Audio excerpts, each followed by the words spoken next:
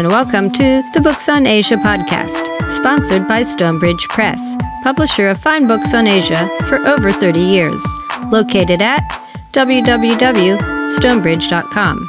And I'm your host, Amy Chavez. And today I'm talking with author Frederik Schodt and publisher Peter Goodman about artificial intelligence as it relates to book publishing. Frederik Schodt is author of several books on the Japanese manga and anime industry, including Astro Boy Essays, which was recently listed as one of the books used to train generative AI.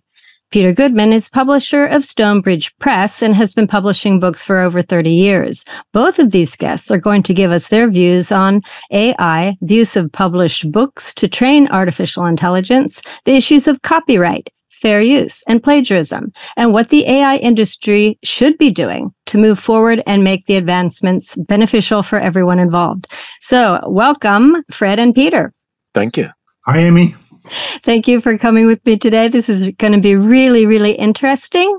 And I wanted to start with Frederik. Fred, now, how did you feel when you found out that your book, Astro Boy Essays, which is a book about Osamu Tezuka, right, the creator of Astro Boy, that it was in the Books3 database of 183,000 books used to train generative AI? I actually saw a figure, maybe it was 193,000, but my first thought was, well, maybe I should be flattered. And then I thought, well, maybe there's some money here. And then my third thought was, no, that doesn't work out in this modern world. It won't devolve to me and the authors, I'm sure. So they didn't reach out to you? No. No, and there was a part of me that was actually flattered to see one of my books listed. But then, of course, I started thinking about all the implications of this, and it's part of my my daily thoughts on accelerating entropy and deterioration of the modern world and collapse of civilization, which has been exacerbated by lawsuits, but even more than that, by poorly designed software. Right. And I mean, we've already seen a lot of AI just with translation services, haven't we? And as authors, we know that those really aren't that great. But people who may not have such a intimate relationship with words may think, oh, that's fine. Yeah, I mean, I've been, of course, I'm also a translator, so I'm very interested in how AI is being used in translation. And I know some people have sort of poo-pooed using AI for translation, but they tend to ignore the fact that we're not in a static situation. AI is evolving rapidly, and what seems like the problems today may be eliminated in the near future. And I've also seen some translations that have been done, including of something that I wrote, that astounded me. So the important thing for me to always think about, and I hope a lot of other people think about, is that when you're talking about how many people there are in the world, 6 billion, 8 billion people. And I don't know how many exactly you have online, but when you have an aggregate of all the knowledge and all of the information that's being generated by billions of people, it will become rather difficult for a single individual to compete. And Peter, what other points should we be considering here? From a publisher's point of view, what worries you most about AI in these early stages? Well, I guess I'm worried, but I'm actually probably a bit more hopeful or at least intellectually curious about where this might be leading. I don't necessarily see that it's all bad. I think one of the good analogies, of course, is development by smart human beings of nuclear energy, which led to nuclear weapons on the one hand, and the promise of low-cost, pollution-free, if you ignore radiation, energy on the other. So it's kind of like you take a gun. A gun is an object. It can be used for good or for ill. It really just depends on the framework that humans construct around these great tools. And I think that's where the big challenge lies. This technology, or the artificial intelligence itself, has been around for many, many years, and we've all used it. Whenever we go online and we plug in some numbers and say, what's the best solution for me? Those are all driven by artificial intelligence. What's really generating all the interest these days is this aspect of it people refer to as generative AI, where you basically give the machine a prompt and then it turns around and it spits out ostensibly new information. But as we've all learned in the last couple of weeks studying about it, or last year or so, the information is not really new. It's based on scraping of data, billions of points of data in many cases, to generate things that sound real, things that sound human, things that appear to be accurate, but without anyone knowing what the underlying databases are, the data sets are for this, without any control on how it's used, without any feeling on the part of the people who are creating this that they have to go back and document where the stuff came from, and ultimately maybe even give attribution to the people who created it in the first place. This stuff is just out there spinning out of control. Obviously, it's very, very powerful and very, very useful, but nobody really knows how to rein it in, or where it might lead, or all the sort of damage that it might do, as well as good. I mean, you talk about using it to diagnose disease. I mean, that's certainly being done, and it can be done very well.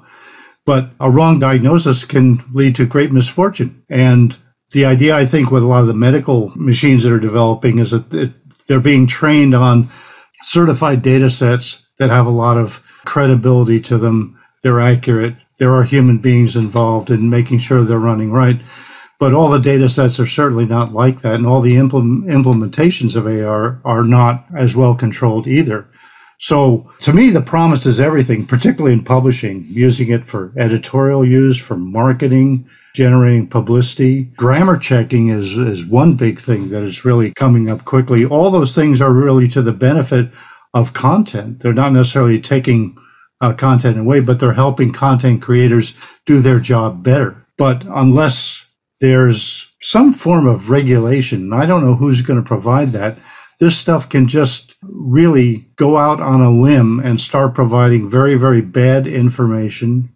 And, as Fred was saying, sometimes amazingly good translations, but if you don't have a native speaker in the background checking it, who's to say they're really accurate? I agree with a lot of what Peter says. Actually, I usually agree with Peter on everything, but I'm a little bit more pessimistic, because my pessimistic view, of course, is that the real issue is about scale, and a lot of computer technology. I think the issues, many of the problems that have been generated are about scale. This is such a huge scale that is unprecedented. And obviously, when the Gutenberg press was invented and people started printing materials, and then, one person had a much bigger voice than they'd ever had before.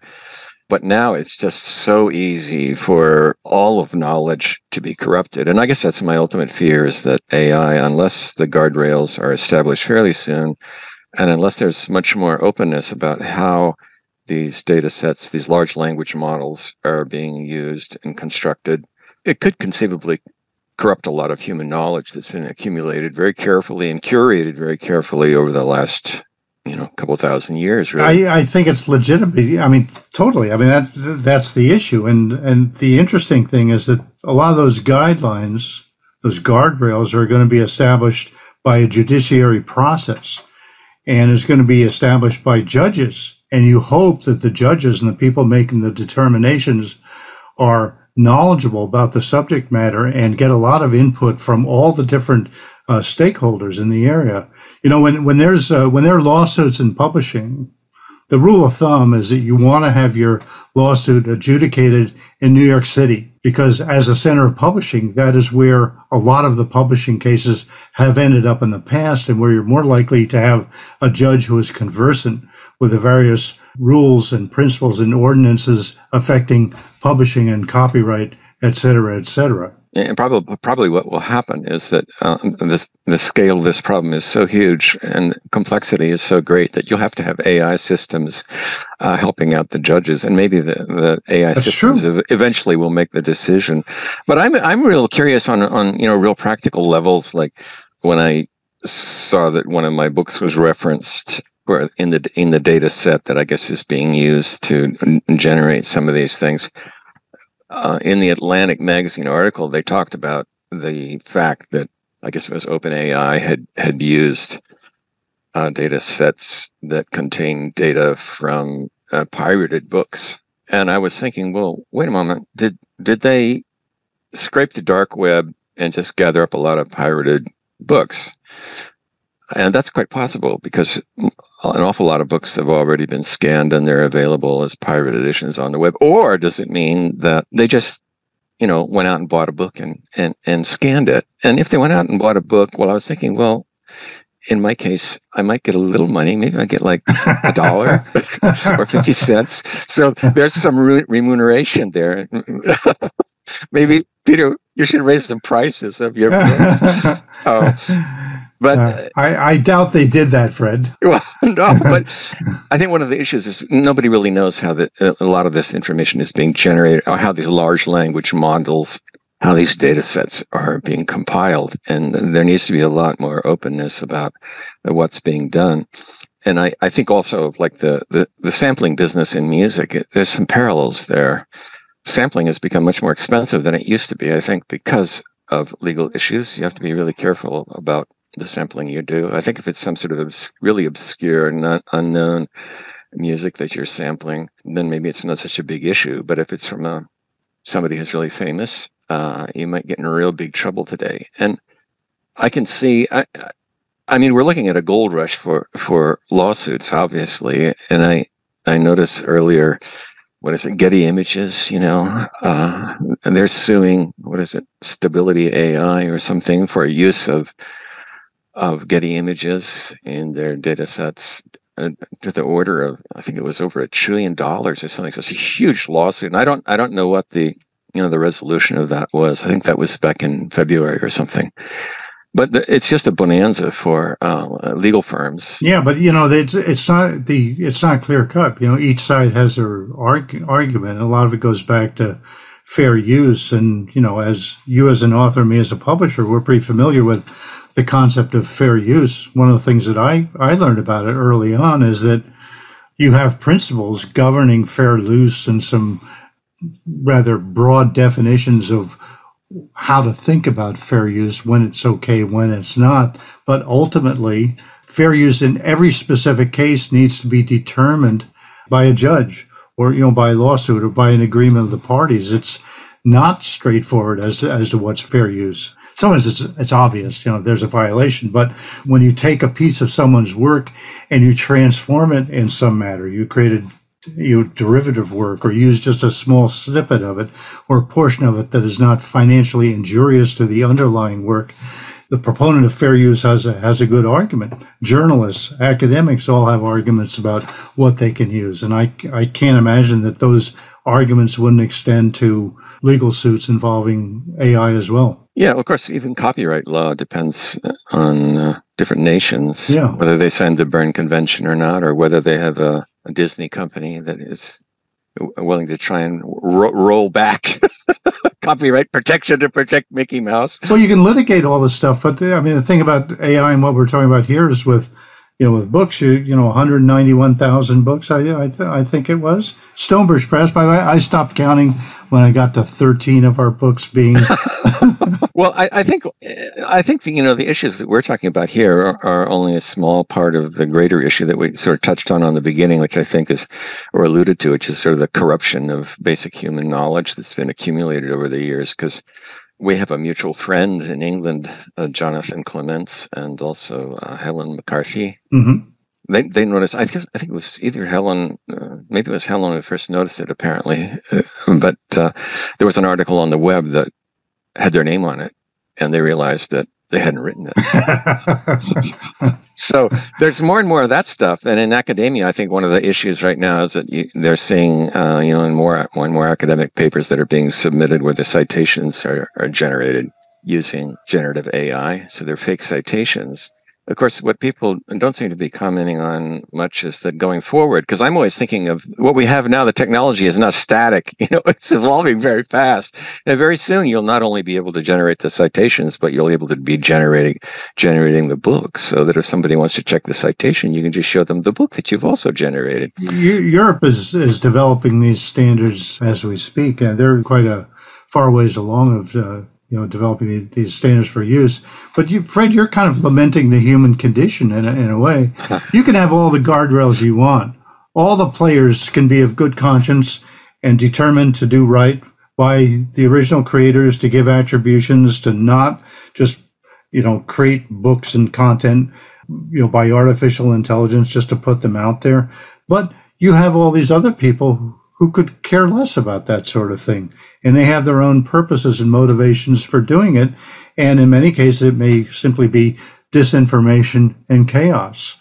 I can't imagine that anything anyone can do is going to stop that unless you kind of, have governments come in and basically tamp down on the proliferation of these AI engines and put them in the hands of places that have regimented governmental oversight. And then you can imagine what that would do to human creativity and freedom of speech. Yeah, I was thinking about the lawsuit that Getty Images has filed because of the unauthorized use of their images in generative AI. And apparently many of these images appear with watermarks. So at some point, people were able to tell that they were scraping Getty Images because the watermarks remained in the images that had been generated. Now, there might be something that in the future could be done for writing as well. I don't know. If that were ever the case, then it might be possible to have some sort of measly royalty payment or something like that. I don't know. In an idealistic scenario, that might be possible. But I also noticed just the other day that you can buy all these tools now to remove watermarks from any images that you may be working with. So. Well, I remember hearing and there's free ones too. I listened to a writer complain about how her voice had been stolen by an AI engine. She was a writer, not particularly famous, not super published, but her work had been published in a number of different journals and magazines. And she instructed one of the AI engines to write an article on such and such a subject in the manner of her name. And the thing cogitated for as long as it did, and then it spit something back. And it came back with an article that was mostly factual, but what she noticed about it was that it had a certain peculiar turn of phrase, a particular use of, adjectives and nouns together that seemed very, very distinctive.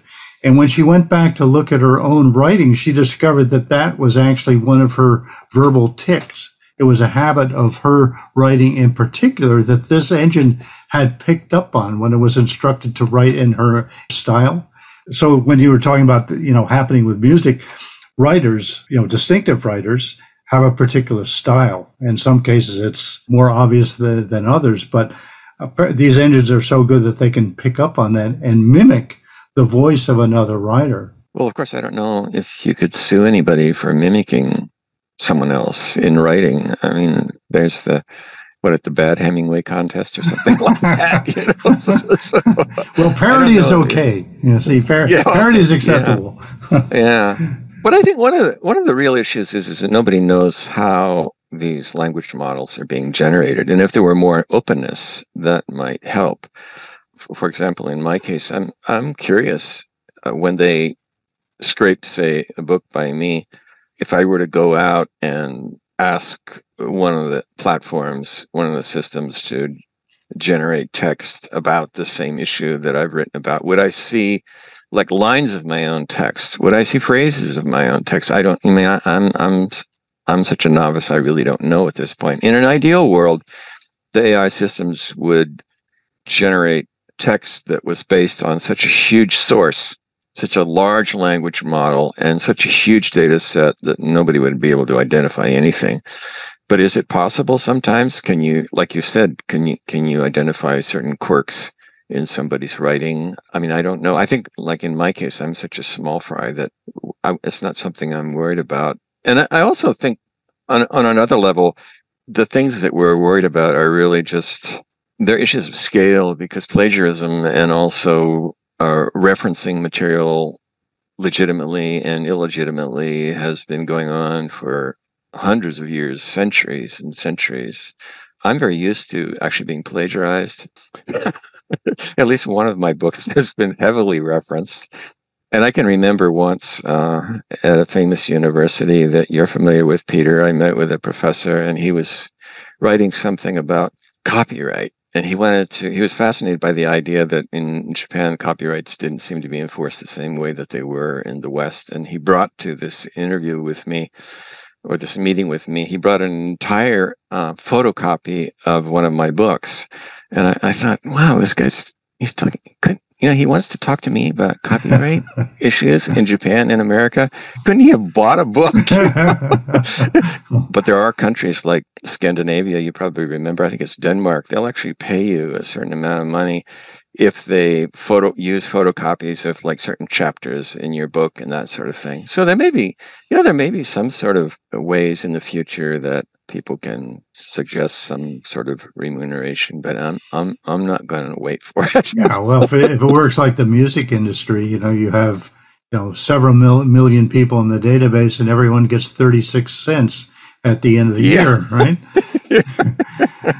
AI, the irony, of course, is that only an AI system can actually manage data of this complexity. Yeah. So you are going to be asking the AI system to basically vet themselves and manage themselves. And then maybe they'll be like Asimovian robots who are forbidden to do harm to the human population. But that remains to be seen. There'll probably be something like that. And I've actually thought about that because I remember decades ago, I had an interpreting job, and it was related to the space shuttle. And the very early NASA space shuttles, at least in my memory, is that they were using like 8-bit computers. And I was wondering, why weren't they using 16-bit computers?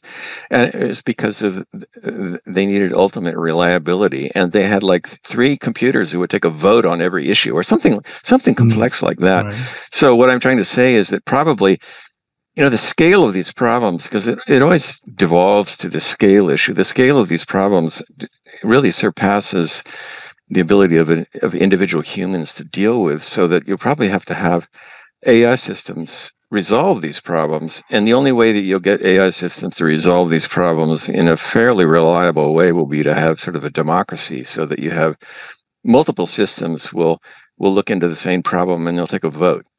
They have to be totally independent systems, and they multiple plural systems, and they take a vote, and then they come up with what's supposed to be, or should be, ideally would be the right answer. It'll be a better answer than we could come up with, I'm sure. I wonder if we could talk about some of the other aspects of publishing that might be affected by AI. I understand the this issue of copyright and fair use, and the generation of original content is kind of a sticking point.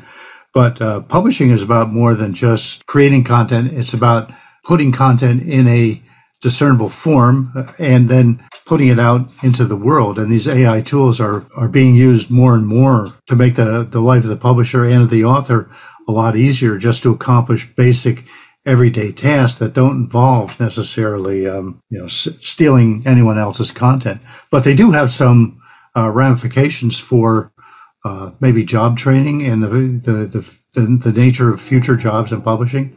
To name one thing that I know is going on, publishers are using AI tools to create publicity packages to scan.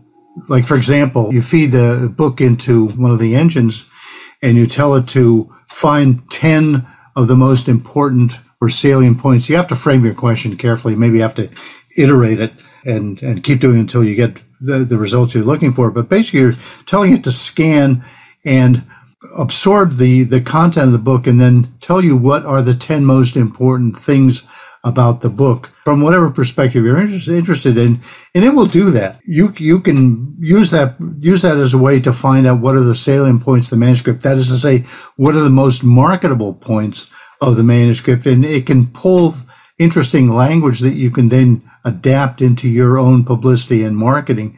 It's not writing that stuff for you. It's not determining how you're going to necessarily use it to sell it, but is doing a lot of the legwork. Instead of the publicist having to read the entire book or 3/4 of it, which is very, very time consuming, these engines can kind of distill the essence of the book down into a usable form, which makes their job a lot easier, assuming that the information that they get is reliable. And then that can be used as a basis of a marketing campaign, and you can spin it out in all sorts of different ways. Well, I also, I don't want to revert always to stories of the dark future, but I have seen that Amazon is apparently being flooded by books that have been created by Right. AI. So as a publisher, one of the issues you will probably face, I think, I won't inflict it on you, but you may be getting submissions that you'll have to figure out whether they were created by the person who says created them. But I think in translation, a friend of mine in England, who's one of the world's experts on the Heart Sutra, and he was hoping to translate a paper from Japanese. He used Claude, which is supposed to be, I think, one of the platforms that is safer. And Claude said something to the effect of, it cannot do Japanese to English translation, which I thought, well, that's that's incredibly honest. But of course, that doesn't apply to, say, ChatGPT, which will try and attempt to do similar passages. And I think I've mentioned to you, Peter, that my brother-in-law in Taiwan translated all of my book on the Heart Sutra, bless his heart. And just to see what his translation was like, I had a friend in San Francisco who's bilingual in Chinese and English, and has a degree in theology. And he went through it, and he was very impressed. And then he translated a couple paragraphs back into English, so I could see what the translation into Chinese was like. And actually, the translation back into Chinese was astounding to me, because it was, I hate to say it was better than my original English, but it was just almost as good. So I think these are incredible tools. One of the issues, I think, with translation is that the people who are using the tools, they really have to know what they're doing. If people are translating from, say, a more complex, difficult language like Japanese into English, you really have to be able to tell when the system is going off the rails and when it's not. And that'll be a huge issue going forward, I think, with all use of AI for translations. The people who are using the tools. Publishers are always trying to sell foreign rights to their books, and one of the challenges is the person you're sending it to on the other side may not be an English reader. Yeah. So you used to have to hire a translator and have them do a précis of the book and send that out, and it was a very, very long-term process. It wasn't cheap to do, and it was just a hint of, it was a summary of what the book is.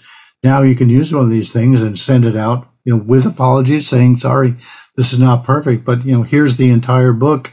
And in most cases, if you're dealing with a publishing professional who understands the shortcomings of these machine translations, it's going to be good enough for them to at least decide whether they're interested or not. So that is a big, to me, that's a big plus. Say all you want about the crappy quality of that particular translation, but it does at least get the book out there. And if you think also that not everything is like a work of creative fiction or nonfiction, that there's a lot of very rudimentary, handbooks or guidebooks on how to do X, Y, or Z. Those things are handled very well by the machine translation. So you have a chance of actually getting useful knowledge out to people who otherwise wouldn't be able to, would never obtain it. Yeah, I think one of the issues for translation, and especially for literary translation and publishers, is that it'll be much harder to tell whether it's a good translation or not, because the English will sound really good. And that's one thing I've noticed about some of the translations that are generated by, say, ChatGPT. Sometimes the English comes out sounding really, really good. You just have to know whether it goes off the rails or not, Well, they call them hallucinations, where they make stuff up. They'll make stuff up, right? And it sounds so plausible. I know. It sounds better than reality. This is my question, is how do we distinguish what is real and what isn't? Because the limited times I've used ChatGPT myself, like Fred said, when it comes to translation, if if you're bilingual and the places where AI might get hung up, you can correct them. And when I use ChatGPT, the few times that I have, I've noticed it has made errors because it's pulled from fiction as well as nonfiction. And I could catch that error. But how do others who don't know that, how do they deal with this issue? I think the battle is going to be won by companies that are able to certify the material that they're using. That's going to be a huge part of it, that there are going to be engines that are going to emerge as reliable, that maybe they've made arrangements with people. They have a restricted data set that has been vetted and confirmed. They're not just pulling stuff willy-nilly from the internet. So when you go there, you have a reasonable degree of confidence that whatever you're getting out on the other side is going to be reliable. Getting from where we are now to that point and building up all those standards, and that is something that's going to happen at the engine level itself, is going to be really, really challenging. But I no doubt that's where it's going to end up. I think that's what Anthropic is trying to do with Claude. They're really emphasizing the safety of their platform. But I think ultimately it can't be one system. This sort of gets back to what I was talking about earlier. You really need multiple systems to compete with each other and take a vote on something. So, for example, when you want to know whether a book is legitimate or not, or whether the translation is good or not, in the very near future, you will probably turn to alternative systems and multiple systems and have them come up with an opinion. That's the only way I see it working. I don't think one company can solve this. It has to be multiple competing platforms. Right, but there are going to have to be standards for companies that are producing reliable information. But your idea about having different companies is really good, because that's one of the ways of weeding out bias. That is really one of the real issues in this, that there's bias, not simply in the way the stuff is developed, but the information that is scraped. If it's it's unknown sometimes as to where the bias comes in, but it does creep in. So if you have a number of different systems they're working on to the point where that bias is kind of filtered out, or at least neutralized. And in terms of bias, that's an issue I think that, for example, Claude is probably trying to grapple with. But if you just scrape information off of the web, the global web, and all the information that's been uploaded to all the social media sites, my God, everything is it's all bias. It's just hate speech. It's the cesspool. Yeah. The novels that would be generated by completely unfiltered, just scraping of all the information on the web would just be awful. But Fred, you bring up an interesting point there. Because if you think of these things as a tool, I could certainly see a creative person using these tools creatively. That is to say, why not feed prompts in a particular way into one of these engines to create a novel? And there's a certain aspect of the novel that is in human hands, is based on human direction, and it follows a particular path determined by a human. But many of the details are kind of random in a way. They're just kind of left up to the engine, and the result at the end is not simply a sterile machine notion of what a novel could be, but it's diligently crafted by a human being at the beginning, who then sort of lets the process run itself with a certain amount of control. To me, that might be a whole new area of creative endeavor. And the interesting thing is that only that particular human being could have produced that particular work. You couldn't go to a machine and say, write me a novel, and ever expect it to come out with something like that. Yeah, that's a really optimistic viewpoint. I personally think that if you can aggregate all human knowledge that's been uploaded, that eventually the machine can create anything of nearly any quality any human would ever be able to create. That's my dark view of the future, is that I don't think an individual can compete with an aggregate of billions of people, of all their knowledge. That extends to creativity as well. I think what you described is already being done. I think there are people out there right now who are trying to generate novels by creating really good prompts. Or screenplays in Hollywood. That's what the writers are all worried about. Actually, I was interested to see that in this, there's all these lawsuits now that have been referenced in the Atlantic Monthly article recently. And I noticed that David Henry Wang, who's primarily a playwright, he's in one of the lawsuits. So it's not just novelists, it's also playwrights and screenwriters. And screenwriters in Hollywood right now are, of course, really concerned about this issue. And actors being replaced by their avatars and their voice being sampled. Yeah. I did you see that note that they were talking about being able to take like Brad Pitt's voice and render it into Italian so that when they have the Italian dub, it comes out in his voice, but speaking perfect Italian. Why not? Well, whatever it is, we can say it's going to be a really interesting future. Exactly. So this brings us back to having databases, right, that are transparent. And in the same way that Atlantic Monthly, they actually put together software so that you could search to see if your book was in the database that was used to train generative AI. So I think we have to wrap up here. So I think the takeaways from this are that it's very exciting and we're all for this great technology, but companies need to be more transparent. We need to have competition out there so that only the best information rises to the top. And hopefully for authors such as Fred and also publishers such as Peter, there is some kind of a compensation in some way. I often think of Fred. I've read many of his books, and he will have 250, 350 endnotes. And he's been in libraries around the world reading microfiche and coming up with this great information that he is now just offering for free to AI. So I do hope that there will be a way to at least credit and perhaps compensate authors as well. I didn't realize I was being so generous. Yeah. The AI engine will send you a check for 36 cents, Fred, for your contribution to human knowledge. You're right, and it'll come from a bank account that's also been generated by AI. Wait a second! They're going to send me the check for 36 cents, so right.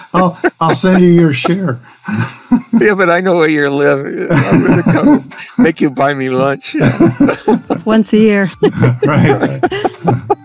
All right. Well, thank you so much for joining us. And I hope to, see where we are in another year. And maybe we can come back and have this conversation again. Yeah, that'll be fun. All right. Thank you both. Thank you. Thanks, Amy. You've been listening to the Books on Asia podcast, produced and edited by Amy Chavez and Michael Palmer. Logo by Alex Kerr. The Books on Asia podcast is sponsored by Stonebridge Press, publishing quality books on Asia for over 30 years. You can find their books at www.stonebridge.com. And I'm your podcast host, Amy Chavez, author of Amy's Guide to Best Behavior in Japan and The Widow, the Priest, and the Octopus Hunter, Discovering a Lost Way of Life on a Secluded Japanese Island. See you next time.